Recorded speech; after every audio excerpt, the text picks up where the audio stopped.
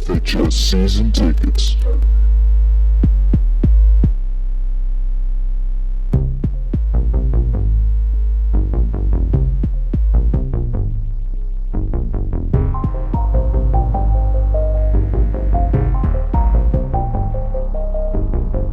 Welcome into another episode of FHS Season Tickets. I'm Michael. And I'm Nick. And today we're going to be bringing you a video that we've been working very hard on. We're going to be ranking each college football coach in each Power 5 conference by where we think they stack up in their respective Power 5 conference. We're really excited to bring you this video, and we're going to start off in the SEC. And at number 1, I have Nick Saban. His best season, 5 national championships. His record at his current job is an incredible 114-19. His recruiting in 2015 was second, 2016 was first for his team, and his best win, you can pick any of the national championship wins. So I think it's undeniable that Nick Saban is easily the best coach in the SEC.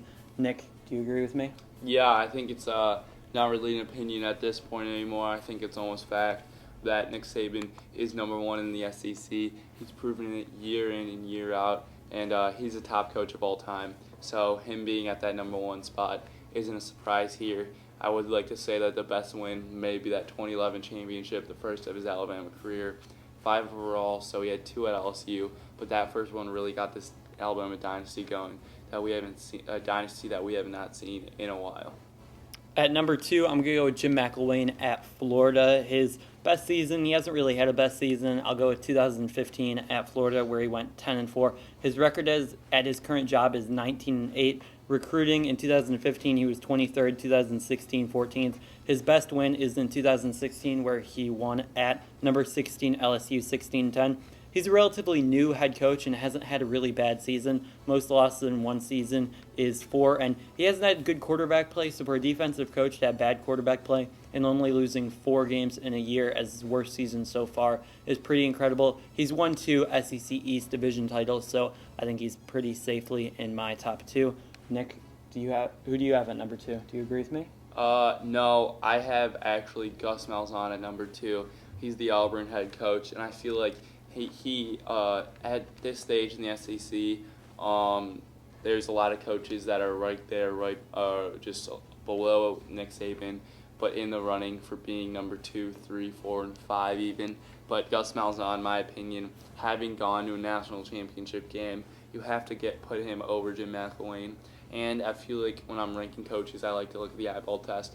In Florida, they just seem like the Florida team that Jim McElwain inherited, and they're just by the other teams in the SEC, by maybe even luck, that it's just happening that they've won two divisional championships. So I'm going to put Gus Malzahn at number 2 based on eye test and the fact that they've gone to a national championship and beat Alabama, who's the clear-cut number 1. At number 3, I'm going to go with Gus Malzahn, the guy you had at 2. His best season, like you mentioned, 2013, where they lost the national championship in a very hard-fought game to Florida State. His record at his current job is 35-18, had 1 really bad season. He's a great recruiter, 7th in 2015, 9th in 2016. His best win, like you mentioned, 2013 versus number 1 Alabama, the kick-6 game, where they won 34-28. Malzahn, he's had some really good years. He's had some really bad years. Last year was an average year, had a decent Auburn team, fought through some injuries, and I think Gus Malzahn is a really solid football coach, and I'm going to put him at number 3. And like you mentioned, the SEC has a lot of really average coaches. I would put a bunch of guys in the Big Ten at number 2, but I want to say in my rankings, my number 8 guy in the Big Ten, I would have at 13 in the SEC. But my number 5 guy in the Big Ten, I'd have at number 2 in the SEC. So, like, compared to some other conferences, the SEC doesn't have much at the top, but their middle to the bottom is really, really strong. So I'm going to put Gus Malzahn at the top of what isn't a strong crop of coaches in the SEC besides Nick Saban. Nick, who do you have at number 3? At 3, I'm going to introduce a new guy that we haven't talked about yet. I'm going to put in Kevin Sumlin from Texas A&M. I just think that before we go into the records and everything that he's accomplished in the SEC, I think that we have to include the fact that Texas A&M, his first year, was a new team in the SEC. At that point, it was even more dominant, more dominant than now. That SEC was insane, and he ended up going 12-1 that year. That was 2012, and 11-2. It was 11-2, and that was just insane year. Yes, he had Johnny Manziel, but he was able to coach him up and coach that team up. So I think that just the coaching in that season, putting Texas, being the first coach to put Texas A&M in the toughest division in football. Then you can also look at his recruiting rankings, which are consistently top 20, which is key in football, in college football, in college sports in general. And you also have to look at with recruiting, they're in Texas, which the Texas Longhorns are the biggest college still there, and he's plucking recruits out of there. So I think that combine the recruiting with him introducing Texas A&M to the SEC and remaining very, very competitive, and also beating an Alabama team, which I've said before, anytime you get a win against Alabama, I feel like you're one of the top coaches and one of the top programs in the SEC. So I have him at number 3. I'm going to go with number 4, Kevin Solman. His best season, you mentioned 12-1. It was actually his 2011 season at Houston. His tied for his best season, I would say, is in 2012, where he went 11-2 at Texas A&M. His record at his current job is 44-21. Like you mentioned, 10th in recruiting in 2015, 17th in 2016. His best win, 2012, at number 1, Alabama. I'm going to have him pretty safely at number 4. Nick, who do you have at number 4? At number 4, I'm going to go to Mike's number 2, Jim McElwain. I think that he's a great coach right now. I think Mike might have overrated him a little bit, but Mike did come up with great points on why he deserves to be there, going 19-8 and in the SEC, winning 2 divisional championships right off the bat is still very impressive, and I can't wait to see what he does with a quarterback if he ever gets one. At number 5, I'm going to go with a guy that I'm probably a little bit higher on than most people, and that's Kirby Smart for Georgia. His best season, he's only had 1 season as a head coach, which was 2016. He went 8-5. Record at his current job is 8-5. His recruiting in 2016 was 11th, which is really solid. And his best win already, he has beaten a top 10 team. It was this season versus number 8 Auburn. They beat them 13-7. And I'm going to base this pretty much off potential. I think that Kirby Smart had a decent first season, but I think that Georgia is ready to do a lot of big things, and I really think that Kirby Smart's going to grow as a head coach and become a better head coach, and I think Georgia is on the path to winning, but I still don't think he's that much better or maybe even a little bit worse than Mark Richt was at Georgia, but I still think Kirby Smart's going to do some great things at Georgia nonetheless. Nick, who do you have at 5? At 5, I'm looking at Hugh Freeze at number 5. I know that Ole Miss didn't do as well as they could have last year with a good quarterback, but I like the fact that they have done in the past. They went 10-3 and won in the Sugar Bowl, and that was in 2015. The recruiting rankings have been consistently up there. You can go back and looking at their top 25, maybe top 21st in 2015, and as of late 2016 they had 8th, and you can even go back further to like 2012 when they got top, I think it was number 1 pick, and the biggest thing that Hugh Freeze has done was in 2014 beat Alabama, and that's a really concurrent theme that I've been looking at coaches. If you can beat Alabama in the SEC, I think that cements you as one of the best coaches in the SEC, and I think that puts you ahead of guys like Kirby Smart, who hasn't done that yet.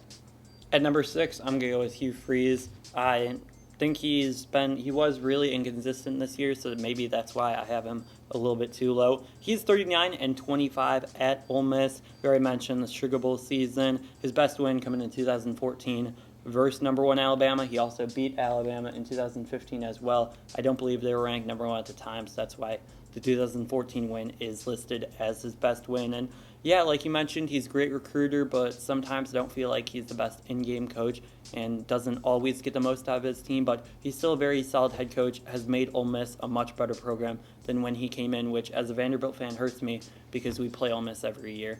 Nick, who do you have at number 6? At number 6, I'm going to go with a guy who's at not a traditional powerhouse program, which I think this is why I'm going to put him at number 6 above some of the guys that Mike has already mentioned. This is Dan Mullen for Mississippi State. Best season in 2014, going 10-3. That was the season they also had the number 1 ranking at one point in the season. And again, they did beat a powerhouse back then, number 2 Auburn in 2014. And the recruiting rankings for a program like Mississippi State is top 25 the past 2 years. So that's something you have to look at when you're looking at coaches. It looks like he's a really well-rounded coach. And at a place like Mississippi State, he's doing everything right now, and his overall record is well above 500 at 61-42. And you're also going up against people like Alabama every year. So I think that it really helps him, puts him number 6 over guys like Kirby Smart. I'm going to go with Dan Mullen at number 7, kind of continuing the theme of Nick having a guy one spot higher than I have him. I love what you mentioned, but I kind of think his record in the 2014 and 2015 seasons almost have been hurt by just how awesome Dak Prescott has had in the NFL.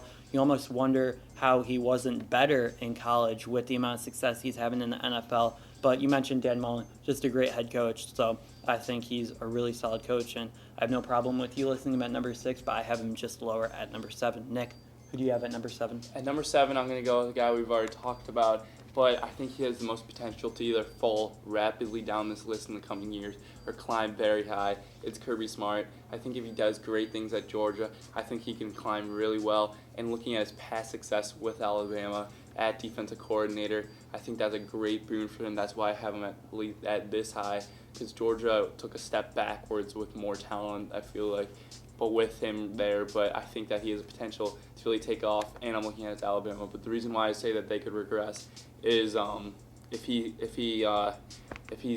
continues mediocrity at Georgia after Mark Richt and does worse than Mark Richt has ever done, then I feel like he could climb farther down this list, go on the hotbed and get fired. I don't think they can survive that, and I think that you could even attribute to Nick Saban being the driving force behind that defense. Maybe not Kirby Smart, but some stats that he did go 8-5, but his recruiting has been great. 11th this year with Georgia. That's pretty good. And his best win would be against number 8 Alabama. So starting off first year, still some question marks, but right now I think we can put him at number 7.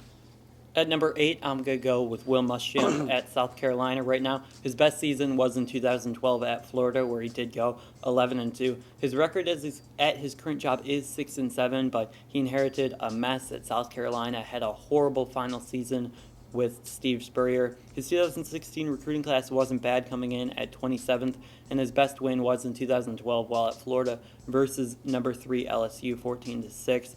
Muschamp has had a good amount of success at Florida and a relatively solid opening season at South Carolina. I'm sure Gamecock fans are very pleased getting to a bowl game in his first season. So I think Will Muschamp, being a really solid defensive coach, puts him in at number 8, and doing more with less than some other coaches have is the reason why he's a little bit higher than most do. Nick, who do you have at number 8?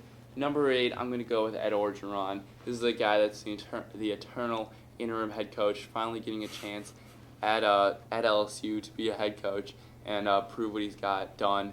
But the past time with USC and LSU, I'm really looking at the eye test here, and he's been able to corral men to fight for him. He's been able to get programs that are really kind of down in the dumps and rise them back to power, as in LSU and USC, to a powerhouse that he was able to get to respectable records that most people wouldn't guess. So it's not really what he's done as a head coach, because he really hasn't done anything, but it's the eye test in the SEC, and the people he's over aren't really the greatest, but his best season would be just past year, 6-2 with LSU, taking over the job. So, and I think he'll be an excellent recruiter. You can see that 5th overall this year in recruiting rankings.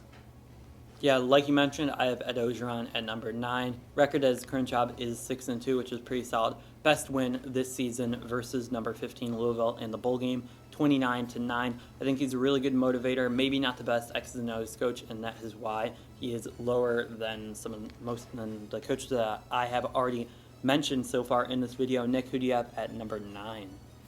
At number 9, I'm going to go with the man that started this whole debate, this whole topic. If you guys can remember, Butch Jones, I'm going with number 9. He was the guy that me and Michael fought about. And when we're looking at this coach rankings, I think we all have to remember what people have done lately and what you can really see, or in the past with other teams. You can't just look at the team record that he had. So him at Cincinnati being his best season, that's 2011, 10-3. 10-3 at Cincinnati's really tough to do. Only one other person I can think of, did pretty good things with Cincinnati. We'll not mention his name yet. We'll get to that later. But Butch Jones at number 9, I think it's fair. He's a decent recruiter. I mean, 2015 he got the 5th overall ranking at Tennessee, and then 15th, so he's consistently hitting top 15. And his best win would be against Northwestern when they blew him out in the Outback Bowl. So that could be why he slid to number 9 in my rankings in the SEC. Mike, who do you got?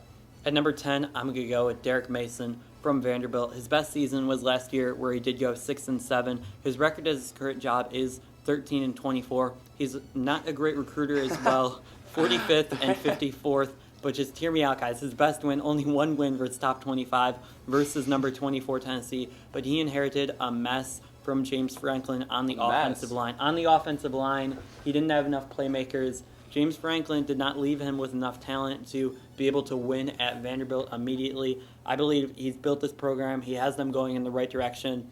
And since I care about Vanderbilt football so much more than the average person, I really think I have a really good ranking of Derek Mason right here because the things that he's been able to do have been so positive towards Vanderbilt football. I'm so excited for the future. It is very difficult to recruit at Vanderbilt because of the academic standards that they do have. So I think I have Derek Mason at the perfect spot, number 10th in the SEC rankings. I don't always agree with his in-game management because I swear he never goes for on 4th down and 1, which is something that makes me go crazy. We had Ed Fang talk about that already on our show. But yeah, him at number 10, I think that's pretty fair. Nick, I'm sure you have him lower and not at number 10, so tell me who you're actually... Yeah, I think that bias for Michael, even though he's watched every game, so maybe he should be more knowledgeable on the subject, I think that he's a little bit biased toward Derek Mason. So number 10, I'm going to go with Will Muschamp, who I think Mike had at number 8. At Florida, he did pretty well. He's kind of going through the same thing that Jim McClellan went through without any quarterback. So I think that he gets lowered for never getting that quarterback, though, where McClellan really, he still has a chance to prove that. So Will Muschamp at number 10, I really think that you're already getting to the bottom half of the SEC. So his best season was 11-2. That's why I put him over the 4 other coaches that we have here. At number 11, I'm going to go with Butch Jones because Butch Jones can't coach. His recruiting has been really solid. 5th in 2015, 15th in 2016. He is a great recruiter. He gets a ton of talent. He's that big program like Tennessee. But I really don't think this man can coach. I have no idea what he was doing in the Vanderbilt game. Like, I'm a Vanderbilt fan. Thank God he has no idea how to coach. But down 11 with like 4th and 7 at the 20-yard line, he decides to not kick a field goal. I had no idea what he was doing then. Clay Travis had no idea what he was doing then. He went on a very angry rant to Tennessee fan that he is. And he's been mentioning how poor of a coach Butch Jones is.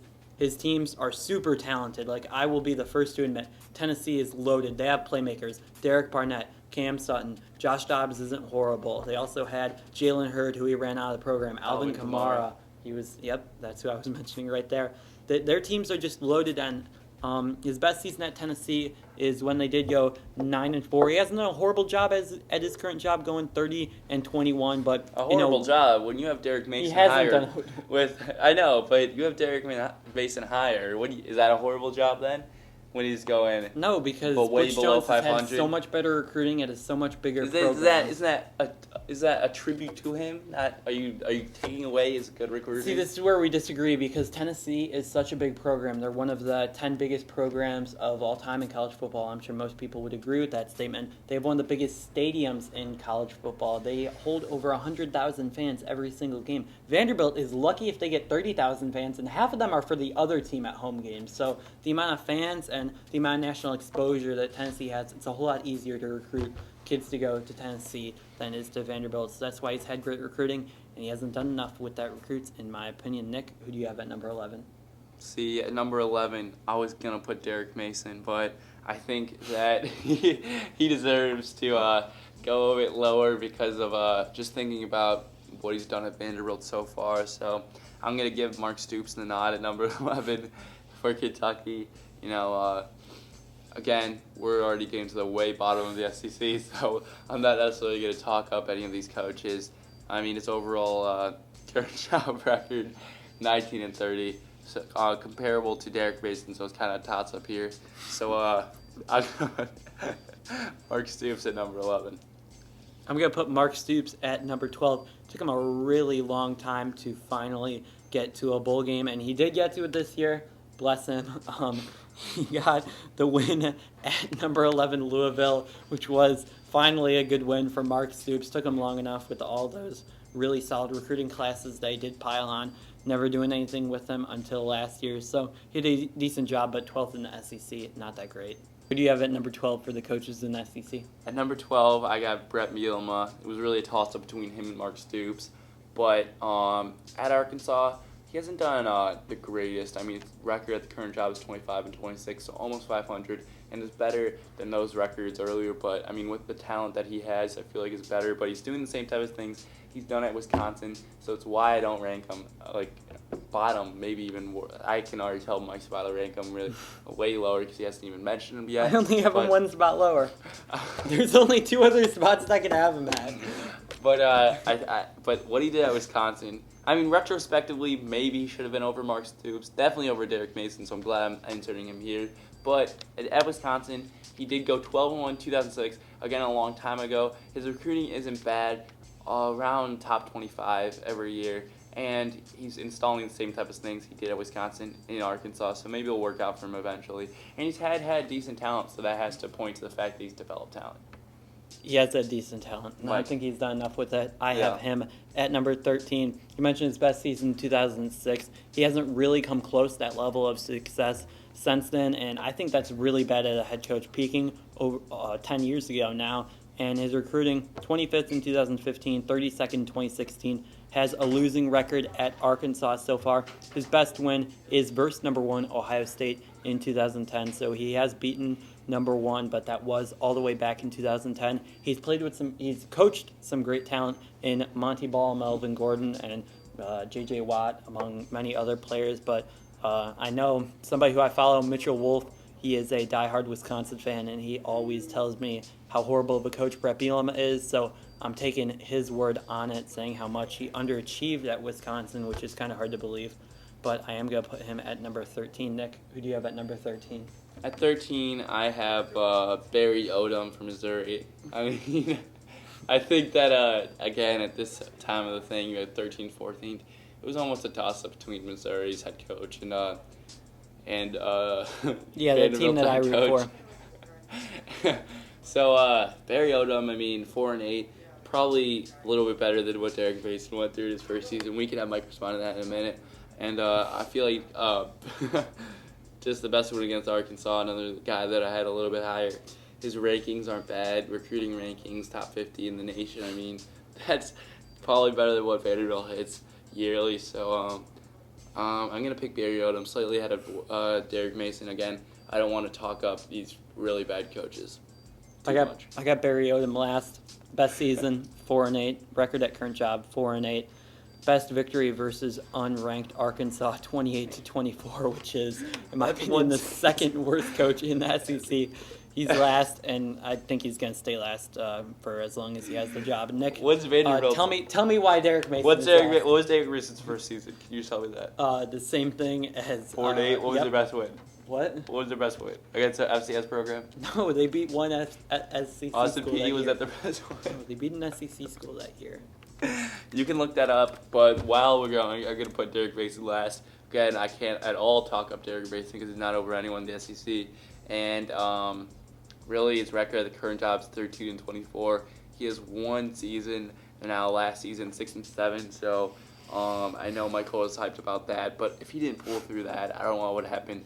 And against number 24 Tennessee, he won that game, and we've already heard Michael talk about Butch Jones blowing it. So I think that might have takes away Derek Mason a little bit, like how good that win was for Derek Mason. So I think that and his annual recruiting is the worst in the SEC. So I think that's the main part of college football.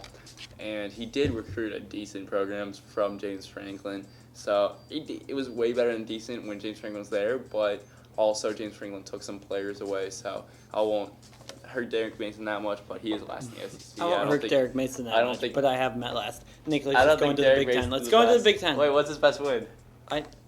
What's Barry Odom's best win? No, what was his best win? Derek Mason? Yeah. Over Tennessee. First season. Oh, I didn't even pull it up. Oh, yeah, I'll pull it up later. All right, let's go. Okay. Let's go to the Big Ten. Okay, the Big Ten, I'll be leading this one. And number 1, I have Urban Meyer for Ohio State. He has 3 national championships. That really speaks for himself. 2 at Florida, 1 at Ohio State, which was a really key win. And his recruiting rankings, I think they don't speak for as great as they have been, 9th and 3rd.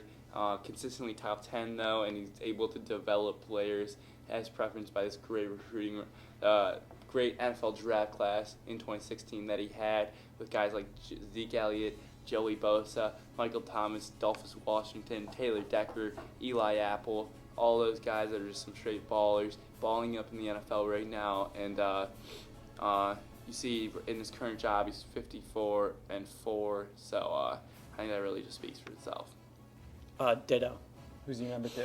So number 2, we have Jim Harbaugh from Michigan. I think it's really it's crazy how he's able to fly up this fast, but it actually is true that he should be this high. I mean, at Michigan, you've seen what he's done. You can really use the eye test, but his record, 20-6, even could be a little bit higher. His teams have been great, and his recruiting in 2016 was 4th overall. There's an outlier in 2015. Well, not an outlier. He only has 2 recruiting classes, but for 2015, he was really inheriting a program, so it was 51st. But I think we're going to see top 5 annually from Jim Harbaugh, which he's right below Urban Meyer. Well, there's a little bit separation based on what Urban Meyer has been able to do from the outset. But Jim Harbaugh is just a great coach. I don't know how long he's going to stay at Michigan, though. I think he'll be eyeing the NFL maybe next year. So, but for now, he's definitely the second best coach in the Big Ten. Mike, who do you have? I'm going to agree with you. I'm going to go with Jim Harbaugh. His best season is also his worst season, both in 2015 and 2016. He went 10-3, record at current job 20-6. His best win is in 2016 versus number 8 Wisconsin, 14-7. And like you mentioned, he's been pretty successful at Michigan, has turned that program around very quickly, and he did have lots of success in the NFL, which I think you have to take into consideration just a little bit. So that's why Jim Harbaugh is at number 2. Nick, who do you have at number 3? At number 3, I have Mark D'Antonio, which I think that this was solidified before this season, but I think it's up in the air almost on if he should be number 3 or not based on what he did last season. But in his best season, he did go 13-1 in 23-13, which is pretty recently, only 3 seasons ago, going and winning a Rose Bowl too. And he has gone 90-42 at his current job, which is Michigan State, and he's shown that Michigan State can get things done. And top 25 recruiting annually, and his best one was number 1 Ohio State just last year in 2015. So I think he's shown so far that he deserves to be that number 3 overall head coach, but maybe one more bad season and he could slip up. At number 3, I'm going to go with James Franklin, somebody who I watched intensively at Vandy. His best season was in 2016 at Penn State, where he did go 11-3 and won the Big Ten. His record at his current job isn't great. It's 25-15, but he didn't have the greatest set of players coming in. He never recruits the offensive line that great, which is definitely his biggest flaw, but he's a fantastic motivator.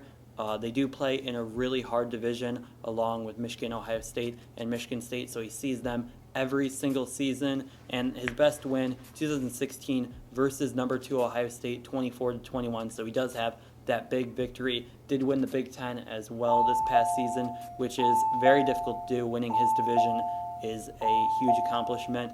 His teams are also fantastic in the second half. I do believe they had the second best scoring differential in the second half this past season, behind only Alabama. So that just speaks to how great of a second half coach he is. He isn't great at developing a first half game plan at all, but his in-game adjustments are top notch and best in the nation, I do believe. Nick, who do you have at number 4? At number 4, I'm going to go with the guy that Mike had. Number 3, I'm going James Franklin for Penn State. It's cool to see that we have it's telling to see that we have four top 4 from the same division that Mike mentioned, the Champions division, and that is it's just a low division as seen here. And James Franklin's getting it done with last year being his best season, so he's trending upwards. He's exponentially growing, and we always knew that his recruiting has been solid. I mean, he's top 25 annually, and that's at a place like Penn State where you're going to be taking away some. Ohio State's going to take people away from you.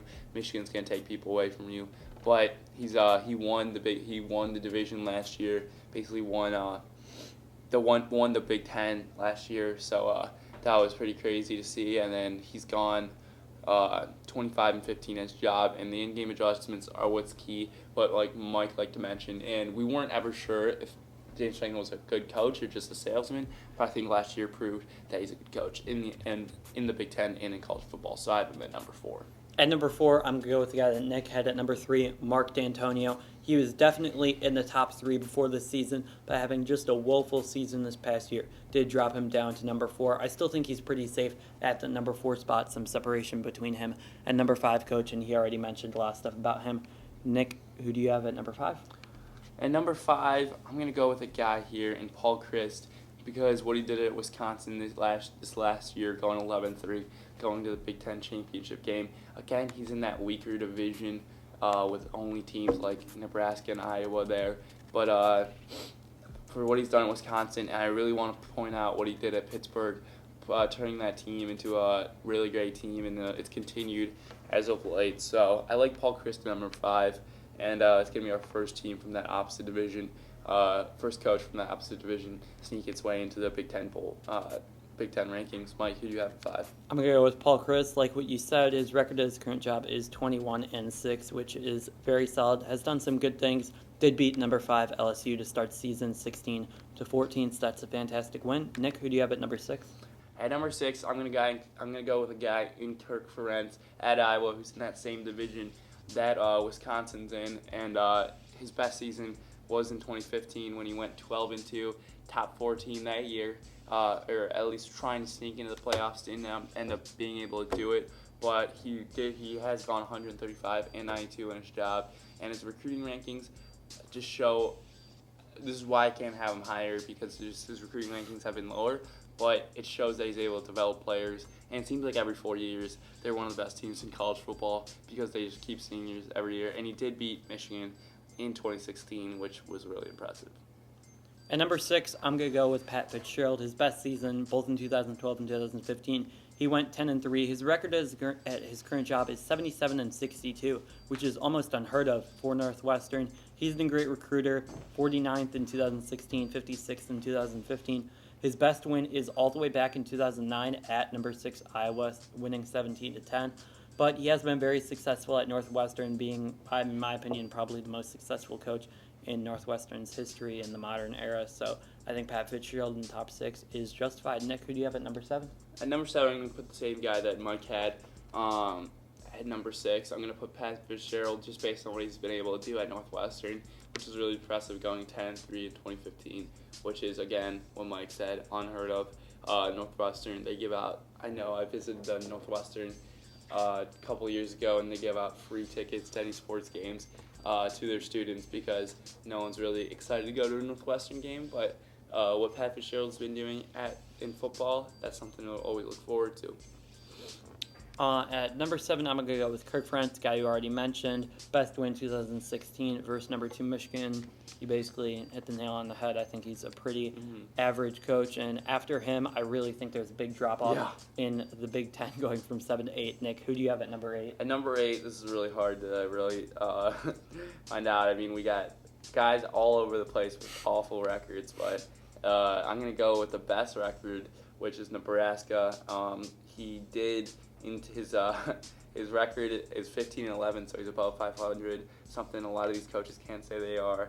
But his best season, you have to go all the way back, or his best win, you have to go all the way back to beating 2008 against number 1 USC, which is really impressive.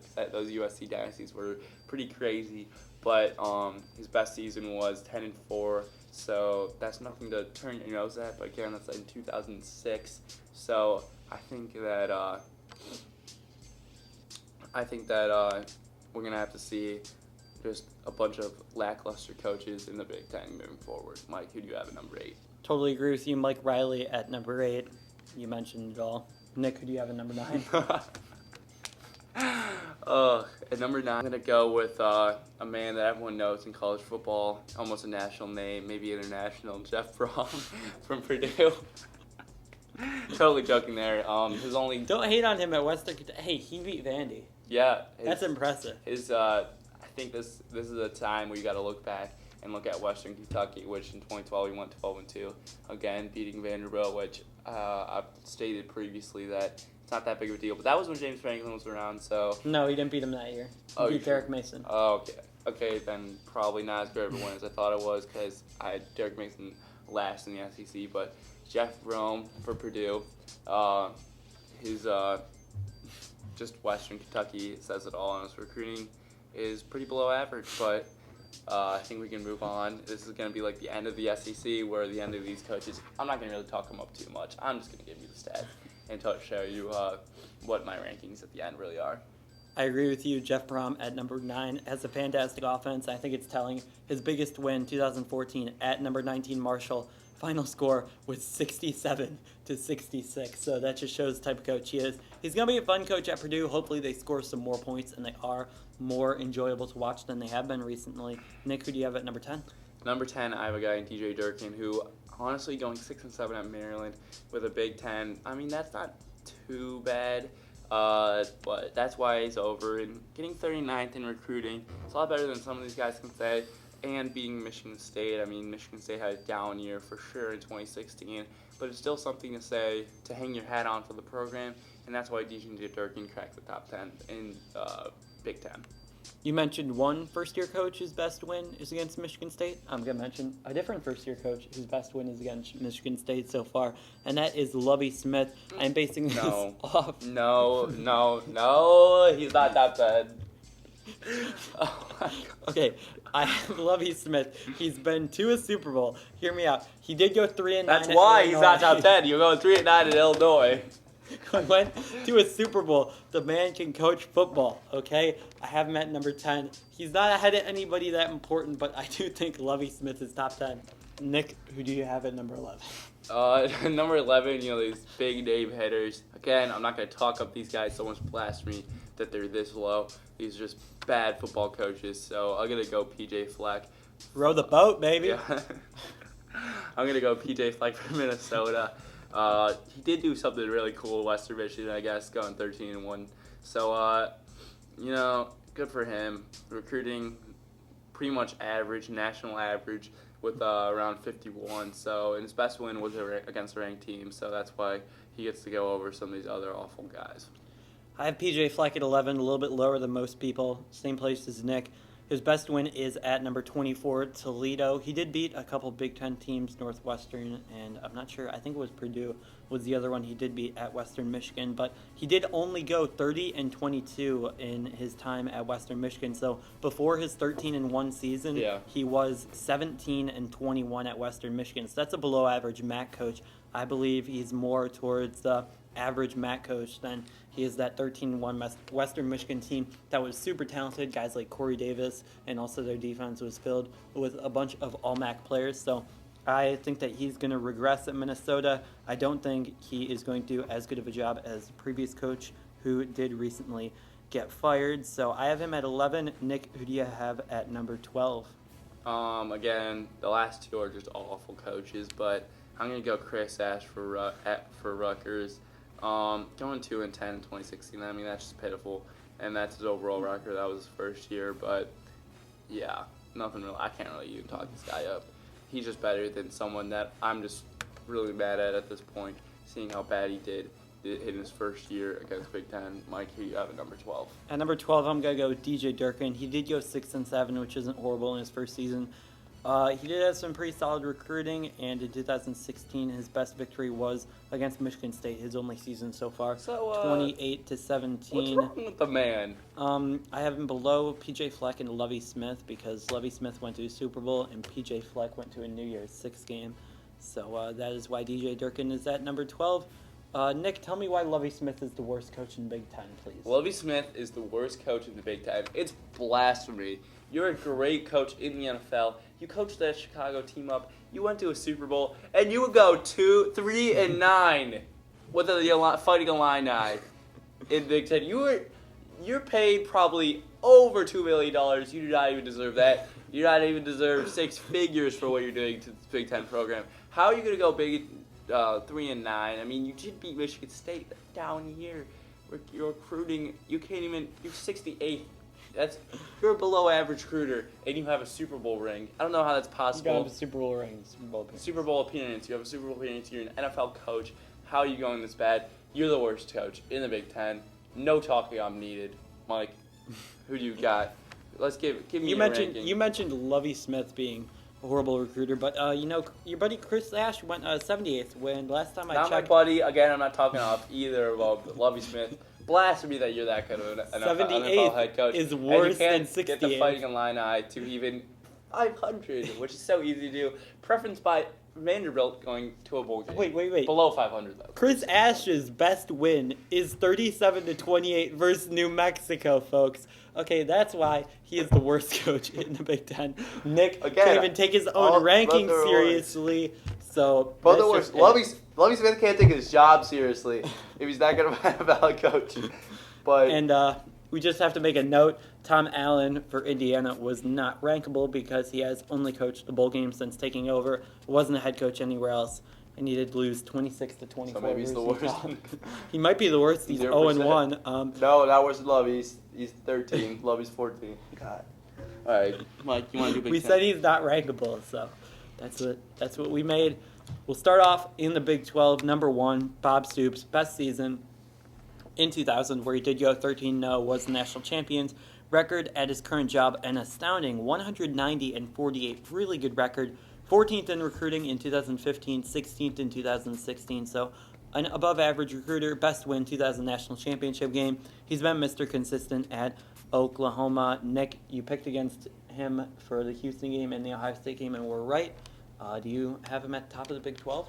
Well, Oklahoma has never been as good as they should be when they're hyped in season, but again, I think that Bob Stoops, of course, has to be number 1 in the Big 12. They're consistently top of the Big 12, and he has gone 190-48, which is nothing to laugh about. And winning a national championship always boosts you up. Your recruiting rankings consistently top 20. That's decent for the big program that is Oklahoma. So I definitely have Bob Stoops number 1. I think it's clear he's the best coach in the Big 12. At number 2, I'm going to go with Gary Patterson. Best season 2010, 13-0, undefeated Rose Bowl champions. Record at his current job is a great 149-54. He isn't a great recruiter, 35th in 2015 and 20th in 2016. His best win is in 2010 versus number 4 Wisconsin in the Rose Bowl. So he's been a really solid head coach, has also competed in the Fiesta Bowl against another great head coach in Chris Peterson from Washington. We'll rank him later on in this video, but yeah, he's done a great job at TCU, built them up, even gained them a promotion from, I do believe, the Mountain West Conference to now the Big 12, so he's done a fantastic job there. Seems like he could be a TCU for lifer and continue to build that program. Nick, do you have Gary Patterson number 2? Yeah, I have Gary Patterson for the same reasons. They're consistently number 2 in the Big 12, and he's done great things there, winning the Rose Bowl and going 13-0 in that season. So I definitely think he deserves that number 2 spot. Mike, you have number 3. At number 3, I'm going to go with Tom Herman at Texas. His best season is 2015, where they did go 13-1 and were the Peach Bowl champs. His record at his current job is 0-0. He was 22-4 at Houston, which is also his career record, so a fantastic career record. Recruiting in 2016, they did have the 7th best recruiting class, which is pretty incredible.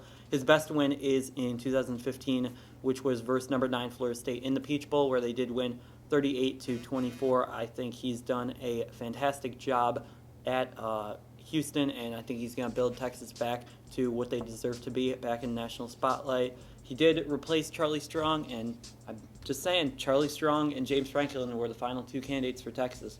Imagine how different Texas's program could be right now if they did hire James Franklin instead of Charlie Strong. But that's a topic for another day. I think Tom Herman is the 3rd best coach in the Big 12. Nick, who do you have at number 3? At number 3, I got Bill Snyder. I love Tom Herman, but I think Bill Snyder has done it for better, for longer, going 195 and 102. And Kansas State isn't one of those big-name programs. They're in the middle. They live pretty much in the middle of nowhere.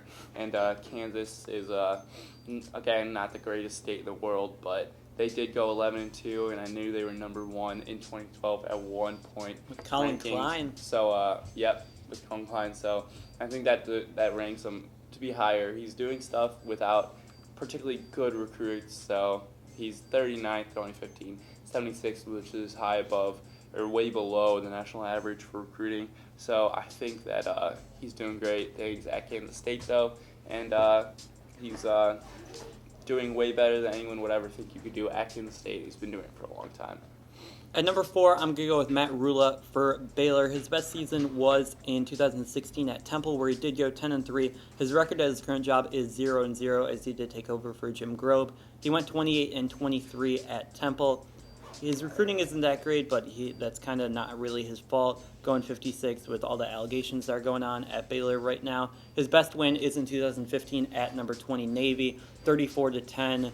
I just love this guy. If you watch the college football national championship game on ESPN News, where you watch the coaches show, you could just tell how knowledgeable this man is about football. He wasn't shutting up, to be honest. He was just spurting out knowledge throughout the whole game. Was fantastic to listen to, and I really like him. He did a great job at Temple. In 2015, he had an undefeated team against Notre Dame. Nick, I know you watched that game. I watched that game as well. That was fantastic battle, a really well-coached Temple team against your Notre Dame Fighting Irish. Notre Dame did come out the victors, but I was really impressed by Matt Rula, and I think he's set to do a great job at Baylor and bring them back to the success that Art Briles had, and hopefully not all of the off-the-field drama that Art Briles did have at the program. So hopefully Matt Rula does well. I was really surprised they did take such a poor job in Baylor with such a bad situation. Nick, who do you have at number 4? At number 4, I got a guy that was previously mentioned, Tom Herman.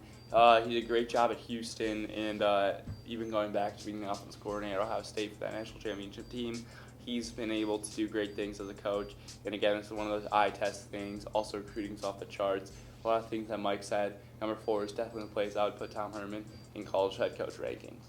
At number 5, I'm going to go with Mike Gundy at Oklahoma State. Best season 2011, where they went 12-1 and were the Fiesta Bowl champions. His record at his current job is 104-50, so winning over 2/3 of his games is very difficult to do at Oklahoma State. 37th and 48th in recruiting the past 2 seasons isn't fantastic, but he did have a top 5 victory in 2015 against number 5 TCU, where they did upset them 49-29. So I think Mike Gundy has done a great job at Oklahoma State. I think he is due for a really big upgrade in college football jobs once a bigger job does get open. I think he'll be one of the hotter names on the market, especially if Oklahoma State have a good season next season, which they do look like they're in line to do, returning Mason Rudolph among other offensive stars.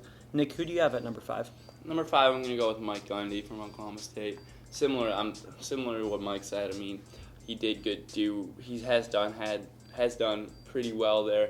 Has put out some pretty great records in the past, but his deficiencies are, of course, his recruiting is not the best, and some of the stuff that Mike has said. But I do think that he deserves that number 5 spot. Mike, who do you have number 6?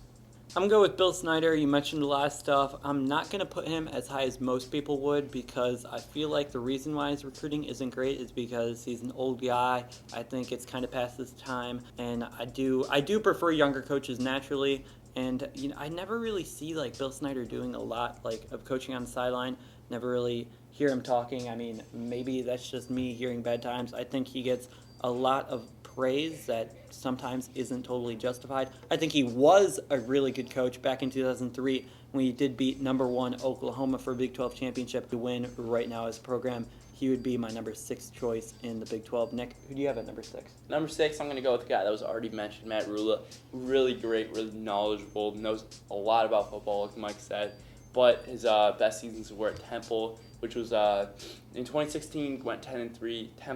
That Temple team was really good, but I think it might have been a little bit. It was that good because of the seniors, I think. But Matt Rula does know a lot about football, so I think that number 6 is definitely where he would be in the Big 12. At number 7, I'm going to go with Dana Holgorsen. Best season 2011, where they did go 10-3. His record at his current job is 46-31, which is pretty solid. 33rd and 38th in recruiting, so you could say that he does overperform expectations compared to what you would expect for that recruiting classes, as he is sometimes in the top 25. His best win is in 2014 over number 4 Baylor, 41-27. So he has beaten the top 5 team in his career. West Virginia did fade at the end of the season last season. I think that's why I do have him below Bill Snyder and at number 7. Nick, who do you have at number 7? At number 7, I'm going to introduce a new guy that we haven't talked about yet, Cliff Kingsbury for Texas Tech. I think he's just a really great offensive mind, and I think that's why I would propel him a little bit further.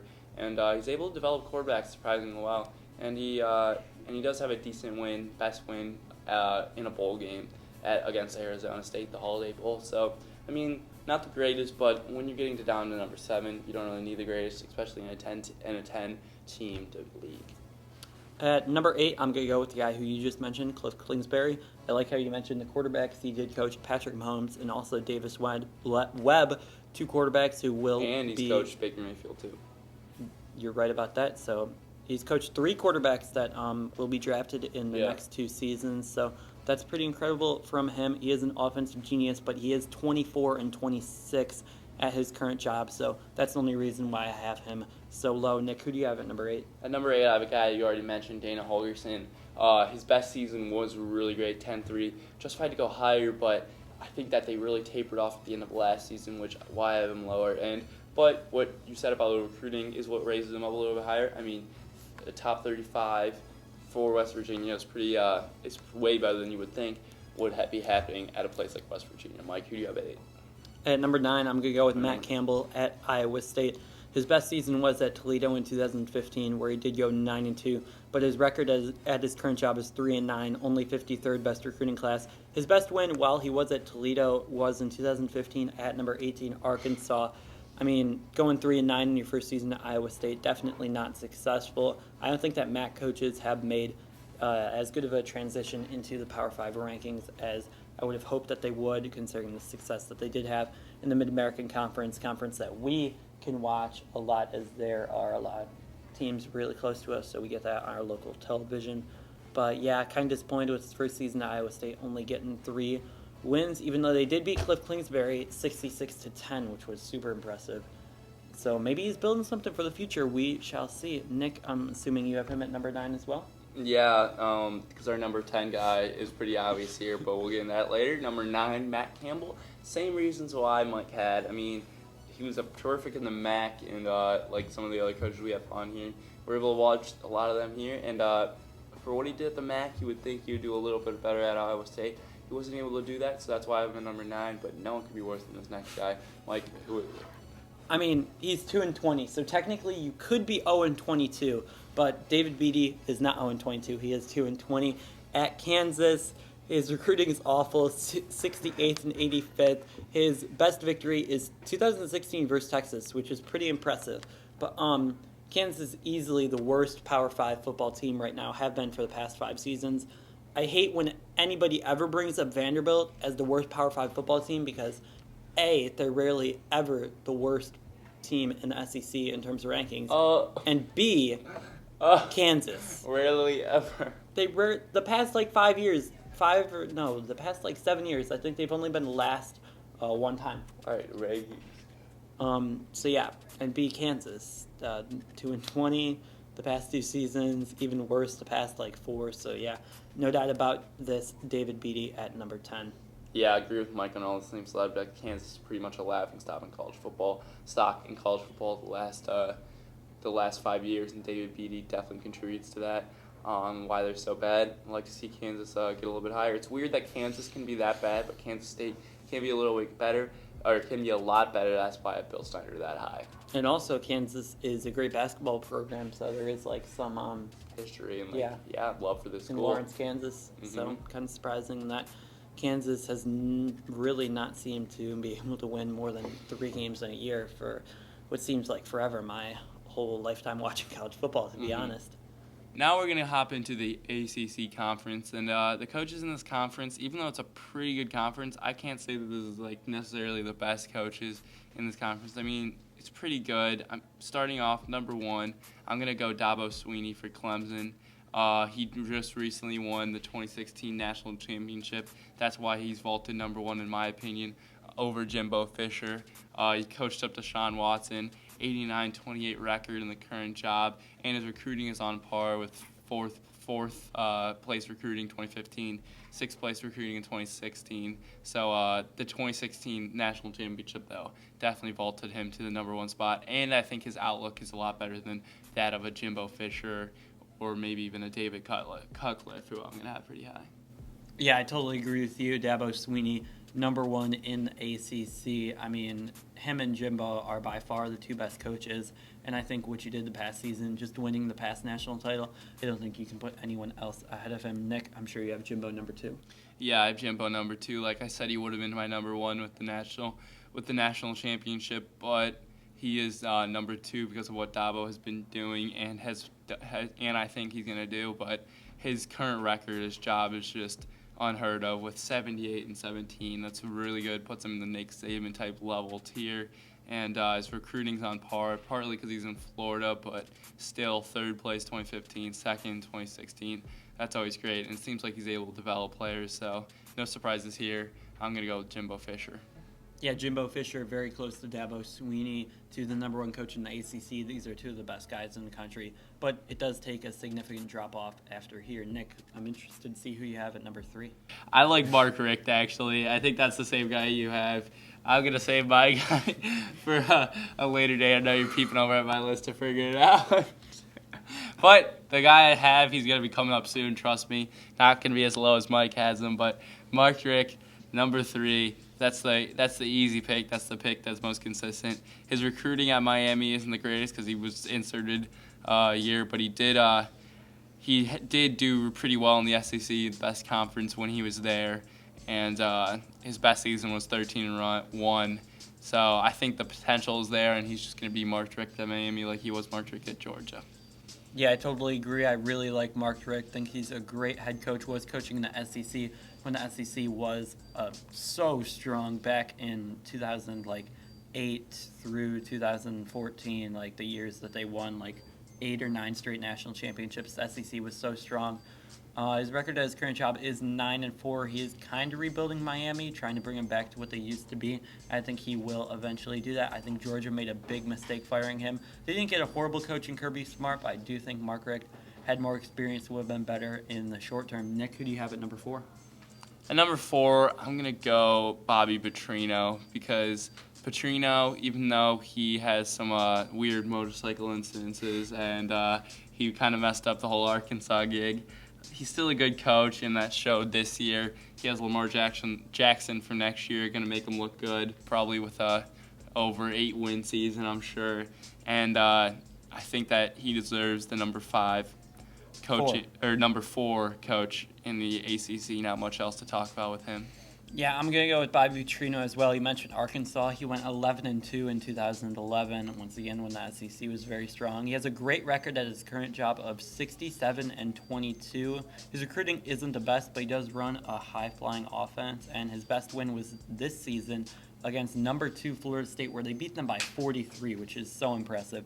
Nick, who do you have at number 5? Wait, that's 67-22. That's factoring in for the people at home he coached at Louisville before Arkansas, then came back. Okay, That's why it's that high, because he just recently took back the job at Louisville. For number 5, I'm going to go David Cutcliffe, and here's why. This is the dude. At Duke, I mean, he has an under 500 record, and you have a bunch of people above him with a better record, but he is at Duke in the ACC, so they're playing. Plus, he has a Notre Dame game every year, so he's playing the toughest competition, and I've seen him coach really well, and his recruiting at Duke, you're getting the 33rd best recruiting class in the country. That's pretty impressive. So I'm going to go David Cutcliffe based on the fact that he's just a great coach in my opinion. Mike, who do you have? At number 5, I'm going to go with Justin Fuente at Virginia Tech. His best season was in 2016, where he did go 10-4. His record at his current job is 10-4. He had the 42nd best recruiting, which isn't great in 2016. His best win was while he was at Memphis in 2015 versus number 13 Ole Miss. He did have those Memphis teams playing pretty well, got them pretty high in the Associated Press rankings in 2015, I do believe. And overall, I think he's a really solid head coach. Was really impressed by what he's been able to do at Virginia Tech, replacing a legend in Frank Beamer, similar to what Jimbo Fisher has done. Huge expectations for him, and I think he's going to match those expectations and continue to build up Virginia Tech's program. Nick, who do you have at number 6? At number 6, I have Larry Fedora. He would have been number 5 for me over David Cutcliffe if they didn't do as bad as they did this year with Mitch Trubisky, the top quarterback prospect in the NFL draft. But still going 40-25 at North Carolina is nothing to laugh at, and his recruiting has been top 30 annually. So he's been doing some great things in North Carolina. I would have expected this North Carolina team to do a lot better, even better, I thought, than their 2015 season where they won 11-3. So that's what I thought. That's why I have Larry Fedora at number 5. At number, you have him at number 6. At number 6, Oh. I'm going to go with Pat Narduzzi. His best season was 2015 and 2016, where he did go 8-5. His record at his current job is 16-10, so he's very consistent. Did improve recruiting from 2015, where he was 70th, to 2016, where he was 31st. Already had a huge win in 2016 on the road at number 3 Clemson, the only team to beat the national champions 43-42. I've been really impressed with what he's been able to do at Pittsburgh. He's a defensive coach, and his defense did allow 42 points in his best win, so maybe that's cause for concern.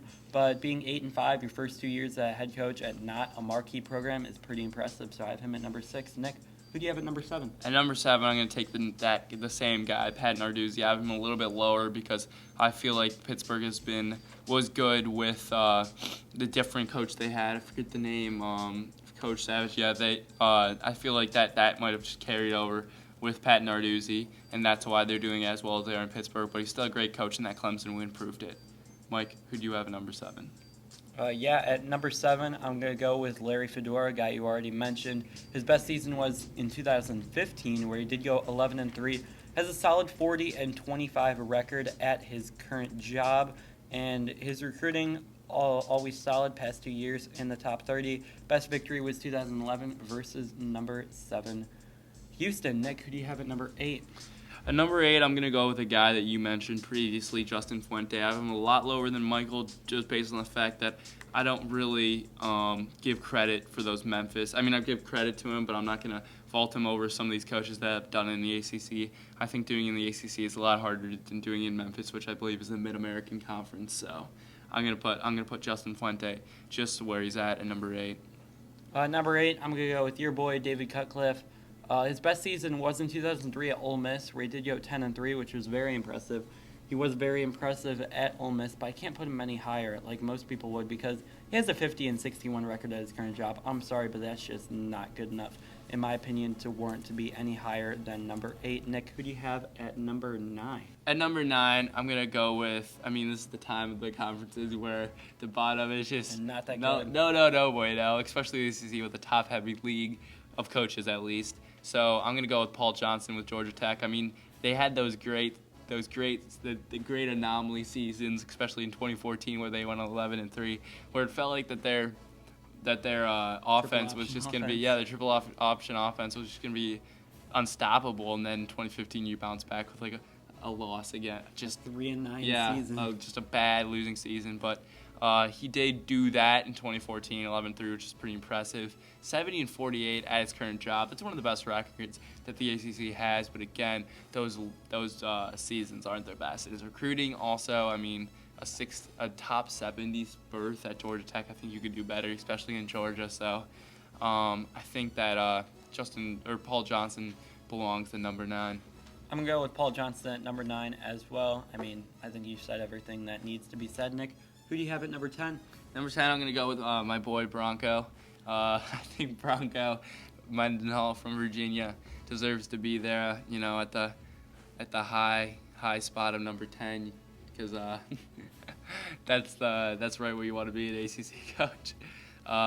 Past win against Oklahoma, number 3, way back in 2009, throwing it back with a 14-13 win. So was that really his? Was that luck on his side, or was that him? But record at current job is 2-10. So Bronco needs to pick it up if he wants to remain at the number 10 spot. Mike, who you got? I got Bronco as well at number 10. He had a lot of success at BYU. I was confused why he took the Virginia job because not a lot of recruiting options in Virginia. Not a lot of history behind the football program, so yeah, I felt like he could have done a lot better, and that 2-10 totally kind of ruined his reputation in his first season at Virginia. So he could be slipping down this list very soon. Nick, who do you have at number 11? Number 11, I got Steve Addazio for Boston College. Boston College has been good this past couple of years. I mean, they're always a sleeper team you have to watch out for. So he was also the Temple head coach, so that's something because Temple was good maybe way back in the day when he coached there. That was his best record, 9-4. So I think that Steve Addazio at number 11 isn't too high of a ranking for that man. Mike, who you got? I'm going to go with Dave Doran at number 11 at NC State. He did go 12-1 in 2012 with Northern Illinois. They were the Orange Bowl champs that year as well. He did have a not-so-good record at his current job, 25-26. His recruiting isn't bad, top 45 each of the past 2 seasons. So, yeah, not totally impressed with this guy, but maybe he will build NC State as a better program. Probably should have beaten Clemson this season, so it'll be interesting to see if his program is on the up and up. Nick, who do you have at number 12? Yeah, I like Dave Doran at number 12. Pretty much the last guy that I can say is even a good head coach in the ACC. So I'm going to say, or decent head coach in the ACC. So I'm going to go with Dave Doran as well for the same reasons Mike had him at 11. I'm going to go with Dino Babers at number 12 for Syracuse. He went 10-3 at Bowling Green in 2015, and his record at his current job is only 4-8, but he did have a victory versus number 17 Virginia Tech, 31-17. I took Syracuse against the spread in that game, so I was very pleased to see that they did cover and win outright. I think he's a pretty solid head coach. Not the best recruiting, 57th in 2016, but I have him at number 12. Not too much praise, but still not the worst or second worst in the ACC. Nick, who do you have at number 13? I'll go with 13. I'll go with the Dino Babers for Syracuse. I also think that, I mean, you can't really blame him all the way because he did win number 17 Virginia. He did win against number 17 ranked team in Virginia Tech, but still Syracuse is just garbage. So I'm going to go with Dino Babers, number 13. At number 13, I'm going to go with Steve Addazio. His best season was at Temple, like you mentioned, in 2001. His record at his current job isn't horrible, 24-27, and he did beat number 9 USC back in 2014, 37-31. Boston College I feel like their offense is just so bad, I can't put him that much higher. He still has not been able to find a solid offensive coordinator or a quarterback for his team, so that's why he's so low. Nick, who do you have at number 14? The same guy. At number 14, I'm going to go with my boy Dave Clawson. I can't really foresee him climbing up the list anytime soon because his record is 13-24, so he's got quite a hike to reach. His best season was Bowling Green in 2013, where he went 10-3. But again, that's a pretty low division, or I think that's D1, but just that's a low conference. Yeah. So I don't foresee him doing anything great in the near future. I think he's going to be at the bottom of the ACC for a long time until he gets the boot. I'm going to go with Dave Clawson as well at number 14. Hasn't been able to do much at Wake Forest, only 13 victories compared to 24 losses. His best win was in 2013 where he beat number 16 Northern Illinois. That was at Bowling Green, right? Yeah, that was at Bowling Green. But let's get into the Pac-12 where I'm going to be leading it off. Starting off number 1, I'm going to go with Chris Peterson. Best season. I mean, you could throw a lot of them. 2006, he went 13-0. 2009, he went 14-0. They won the Fiesta Bowl each year. 2016, they went 12-2 and made the college football playoff, which is very impressive. He is only 27-14, but that's because he took over a rebuilding process in Washington. He finally got them back to national relevance after having huge success at Boise State, making that program almost a national title contender for a couple seasons. And his recruiting isn't the best, but that just shows how much he's been able to do with subpar talent, 31st and 37th. Which is really surprising because they have had a good amount of NFL players the past couple years, and they did beat number 3 TCU back in 2009 in the Fiesta Bowl. Nick, who do you have at number 1? At number 1, I have a different guy. I could have went with Chris Peterson for sure. It's really neck and neck, especially after what Chris Peterson did this year at Washington. But I have David Shaw at number 1. I think he's been doing it better for longer in the harder conference, which is the Pac-12. And I think that he really dominates the Pac-12 scene. I mean, in 2011, 2015, he had 2 great seasons. He went 12-2, Rose Bowl champs in both. And he's 54-17 at Stanford, which is really hard to do. And his recruiting at Stanford, which, again, is a hard place to recruit. I mean, me and Mike know both our teams that we watch are really like their academic schools first, and he's recruiting there. Well, it's hard to recruit those guys to go to an academic school, but he's been in the top 20 in recruiting both times, and he beat number 2 USC in 2012, which is pretty impressive as well, that Matt Barkley-led team. I'm going to go with David Shaw at number 2 as well. I think it is 1A and 1B. I feel like most of these conferences, we're finding like 2 really good coaches, and after that, it really drops off. The so SEC, maybe, just saying. yeah, it's just 1 in the SEC. But, Hmm. I mean, the SEC, their 13th best coach is pretty solid. Who? Well, it Derek depends on Mason your for me. opinion. Yeah, no, Derek Mason you had at 14th, which was kind of ridiculous. But that's a topic for another day. I think David Shaw is the second best coach in the Pac-12 because he is 54-17 at Stanford, which is a fantastic record. And you mentioned everything about him. He's a really solid coach. Nick, who do you have at number 2?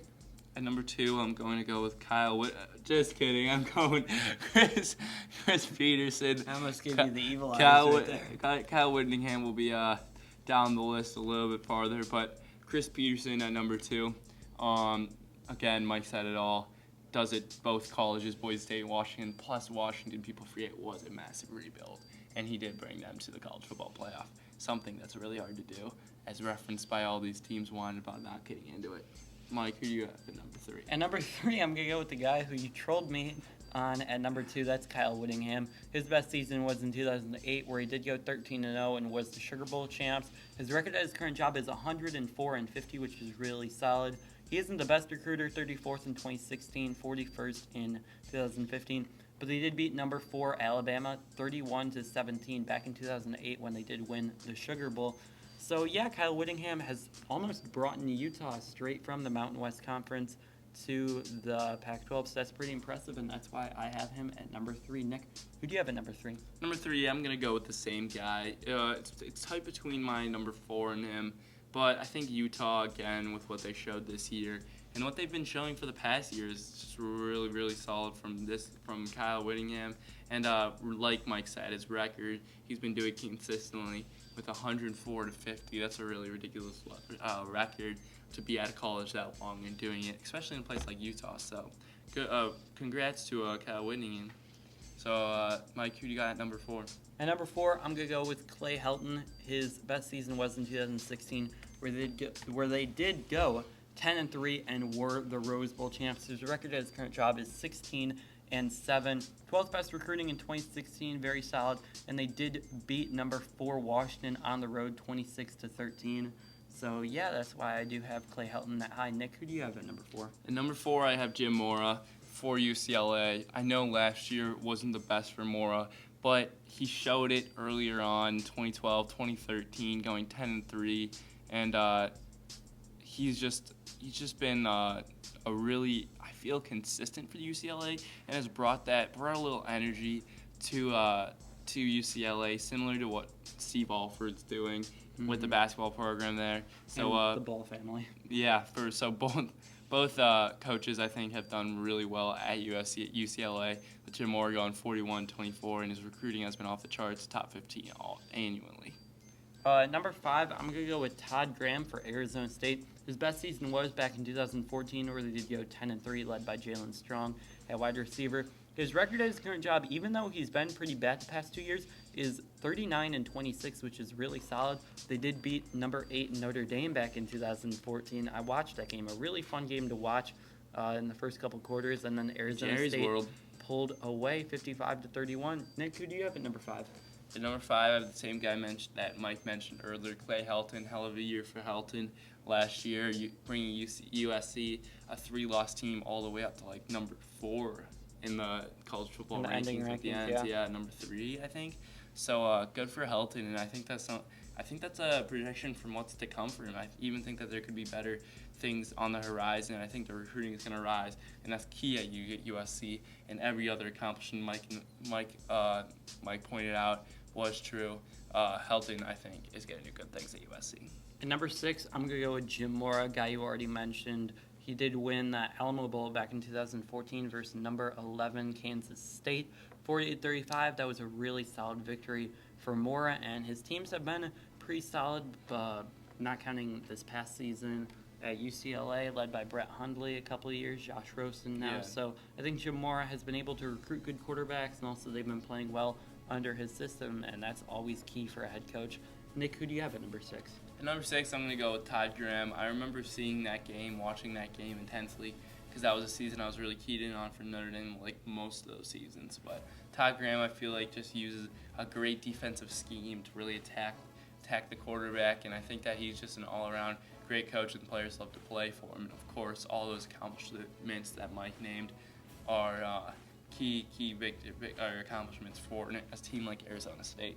Mike, who do you have at 7? At number 7, I'm going to go with Mike McIntyre for Colorado. Now, I know he did just win the Coach of the Year, but his record at his current job is only 20-31. They kind of got exposed the last 2 games in the Pac-12 title game and the bowl game, and his best victory is only versus number 20 Washington State, 38-24, so I can't really justify him being much higher on this list. Even though the Pac-12 is pretty deep, I would say 10 of their coaches are all really solid head coaches, so it'll be interesting to see who you have at number 7, Nick. Yeah, I agree with that. Looking at this list, I mean, their coaches are all really solid. All can do a lot of stuff for their team, but and coach really well. But I'm going to go with at number 7, Mike McIntyre again, just based on what he did with Colorado this season, vault him ahead. But like Mike said, there are definitely deficiencies there. That's why he's this low on the list. Mike, who do you have at number 8? At number 8, I'm going to go with Willie Taggart at Oregon. His best season was in 2016 with USF, where they did go 10-2. He was only 24-25 at his previous job, which seems pretty surprising that he was under 500. His best win was versus number 21 Temple, 44-23. He did have that one problem with the trainer this past offseason, so before he's even coached a game at Oregon, he's kind of getting some bad publicity, which maybe that deserves him to be a little bit lower on the list, but 8th in the Pac-12 isn't that high, so I feel like I'm not giving him too much credit.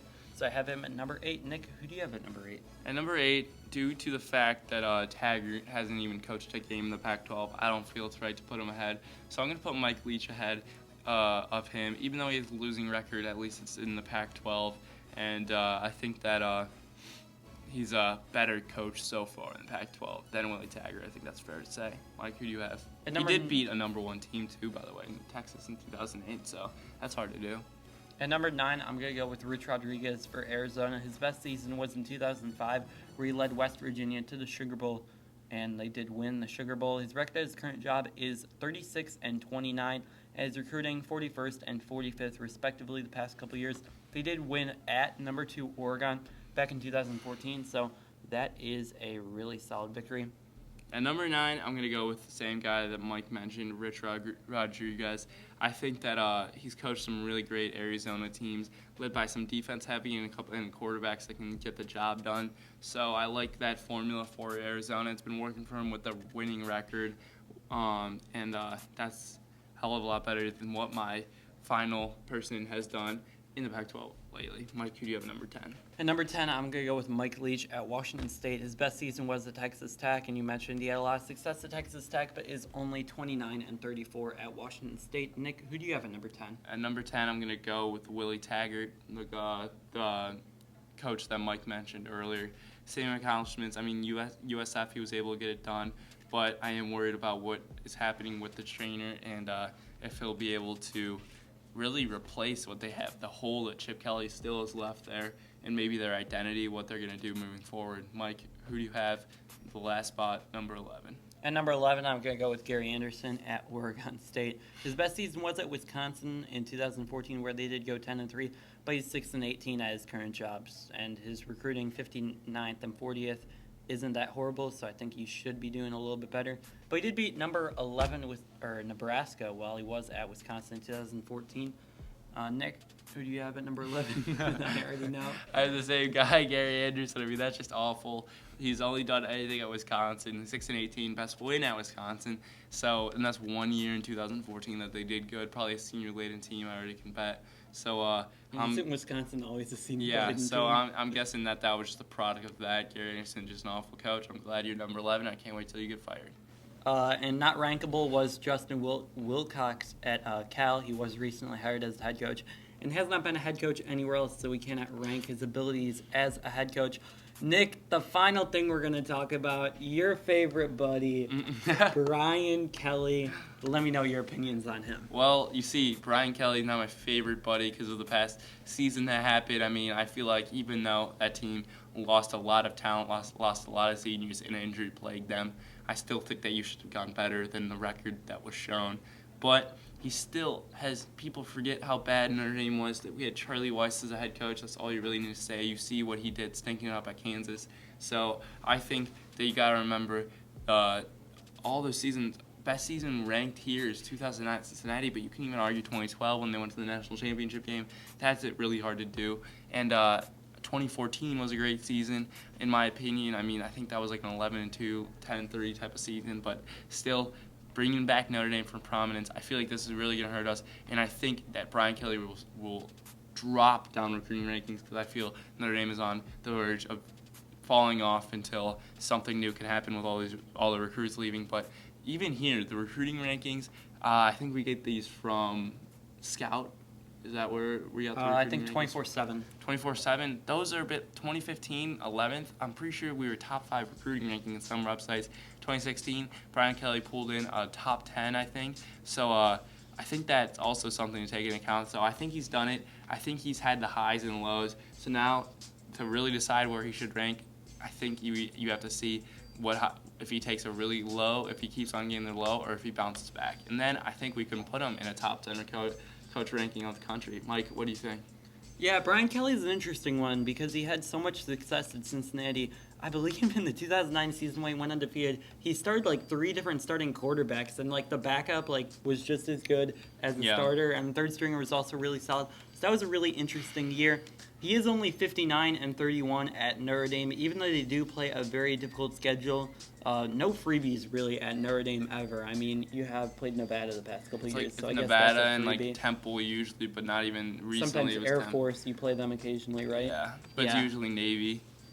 So Notre Dame does have every game's pretty much tough for Notre Dame, even though they don't play as many top 5 opponents, I would say, in the past couple of seasons. They play a lot of decent teams. That 2012 schedule was loaded, though. Yeah, and he did run undefeated in the regular season. Yeah, until Alabama, which, I mean, don't blame him. Just got out-athleted, really. Yeah, I think that's about all we have to say about college football head coaches. We both love college football, and I hope you guys enjoyed seeing our opinions of ranking college football head coaches. We both believe that college football head coaches are very important to a program. As you can see, the amount of programs that have fallen off due to not having the right head coach is enormous. So that's something that's very important to a program. Kind of just repeated myself right there, so let's just wrap up the video right now. Hope you guys enjoyed. If you did, make sure to leave a like. Also subscribe for more season ticket videos. Peace.